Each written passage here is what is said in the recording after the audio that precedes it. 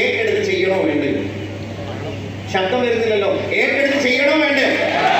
വേണമെന്നാണ് ആഗ്രഹം. This is the opportunity. അതാണ് ഞങ്ങളിപ്പോൾ പറഞ്ഞുകൊണ്ടിരിക്കുന്നത്. അതുകൊണ്ടാണ് ഞാൻ ചെയ്തുകൊണ്ടിരിക്കുന്നത്. അപ്പൊ സമയ സ്വാതന്ത്ര്യവും സാമ്പത്തിക സ്വാതന്ത്ര്യത്തെക്കുറിച്ചും ഈ സ്വാതന്ത്ര്യദിനമൊക്കെ ആഘോഷിച്ച ഈ ഒരു മാസത്തിൽ ഇന്ത്യക്കാരായ നമ്മളും ചിന്തിക്കണം. വികസിത രാഷ്ട്രമായ ഇന്ത്യയെ വികസിത രാഷ്ട്രമാകണമെങ്കിൽ അതിൽ ഏറ്റവും കൂടുതൽ കോൺട്രിബ്യൂട്ട് ചെയ്യാൻ പോകുന്നത് ഡയറക്ട് സെല്ലിംഗ് ഇൻഡസ്ട്രി ആണെന്നുള്ളത് നമ്മുടെ പ്രധാനമന്ത്രി ഉൾപ്പെടെയുള്ള ഇന്ത്യയിലെ നേതാക്കന്മാർ അസന്നിഗ്ധമായി പ്രസ്താവിച്ചിട്ടുണ്ട്. കേരള മുഖ്യമന്ത്രി ശ്രീ പിണറായി വിജയൻ സഖാവ് ഉൾപ്പെടെയുള്ള ആളുകൾ അതിനെക്കുറിച്ച് വളരെ വിശ്വാസയോഗ്യമായ രീതിയിലുള്ള ആർട്ടിക്കിളുകൾ പുറത്തുവിട്ടിട്ടുണ്ട്. കാരണം സർക്കാരിന് 1 രൂപയുടെ ചെലവില്ലാതെ തൊഴിലവസരങ്ങൾ സൃഷ്ടിക്കുന്ന ബിസിനസ്സാണ് ഡയറക്ട് സെല്ലിംഗ് ബിസിനസ്. മലപ്പുറംകാരെ ബിസിനസ്സിന്റെ രക്തമുള്ളവരാണ്. എനിക്ക് വളരെയധികം ആവേശമാണ് മലപ്പുറം വരുമ്പോൾ.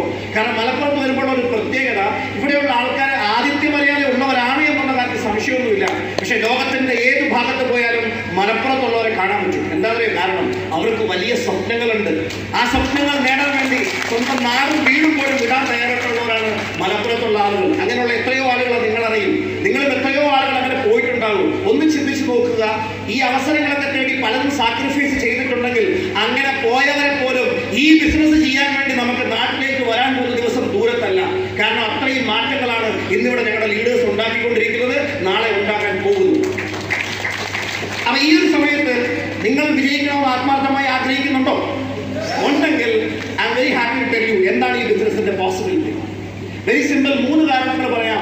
ഏത് ബിസിനസ്സും തിരഞ്ഞെടുക്കുമ്പോൾ അതിന്റെ സാധ്യതയെ കുറിച്ചൊന്ന് മനസ്സിലാക്കണം. നമ്മുടെ നാട്ടിലെടുക്കുകയാണെങ്കിൽ ചെലവുകൾ കുതിച്ചുയരുന്നു, വരുമാനം അതനുസരിച്ച് ഉയരുന്നില്ല. എത്ര പേര് ഞാൻ പറഞ്ഞതുകൊണ്ട് യോജിക്കുന്നുണ്ട്? കൈ പകുതി പൊക്കിയാൽ പകുതി യോജിക്കുന്നതാണ്. കറണ്ട് ബില്ല് കൂടി, എല്ലാ ചെലവും കൂടി, വെള്ളത്തിന്റെ പൈസ കൂടി, എന്ന് വേണ്ട എല്ലാം കൂടി, പെട്രോള് ഡീസൽ ഒന്നും പിടിച്ചെടുത്ത് ഒരു മുദ്രാവാക്യം വിളിച്ചാലും ഒന്നും പിടിച്ചെടുത്താൽ പറ്റത്തില്ല. പണ്ടൊക്കെ വീട്ടിൽ ഒരു ഫോണേ ഉള്ളായിരുന്നു. ഇപ്പൊ ആളൊന്നുക്ക് 2-3 വീതമാണ്. ഒരു ബാഗ് കൊണ്ടാണ് ഇപ്പൊ ആൾക്കാർ നടക്കുന്നത്. ഫോണും കൂടെ നടക്കാൻ ഓരോ കാര്യത്തിൽ ഫാമിലിക്ക് വരണം, ബിസിനസ്സിന് വരണം, കടക്കാർക്ക് വേണ്ടി വരണം. അത് കൊടുക്കുന്നത് ഓഫാക്കി കൊടുക്കും.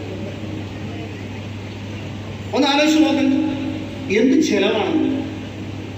പണ്ടൊക്കെ AC ഇല്ലെങ്കിൽ കേരളത്തിൽ സുഖമായിട്ട് ജീവിക്കായിരുന്നു. ഇവിടെ AC ഇട്ടിട്ട് തന്നെ ഇവിടെ ഉയർന്നു. കറക്റ്റാണോ? യെസ്. അപ്പൊ നമ്മളൊന്ന് ചിന്തിച്ചു നോക്കുക. ചെലവുകൾ ഇങ്ങനെ കൂടുക. പിള്ളേരുടെയൊക്കെ പഠന ചെലവ് എന്താ? പണ്ടൊക്കെ സർക്കാർ സ്കൂളിൽ അഭിമാനത്തോടുകൂടി വിട്ടിരുന്നു എല്ലാ കുടുംബക്കാരും. ഇന്ന് പൈസ ഇല്ലെങ്കിൽ നമ്മൾ പ്രൈവറ്റ് സ്കൂളിൽ വിടാനാണ് താല്പര്യം. കറക്റ്റാണോ? കാരണം കൊച്ചിന് ഭാവി വേണ്ടതല്ലേ എന്നാണ് ചിന്തിക്കുന്നത്. അപ്പൊ ഇങ്ങനെ ചെലവ് കൂടിയിട്ടും വരുമാനം കൂടുന്നില്ല. സ്വത്തുള്ളവൻ പോലും പതുക്കെ സ്വത്തുകൾ വിറ്റ് അഡ്ജസ്റ്റ് ചെയ്യും. വിറ്റ്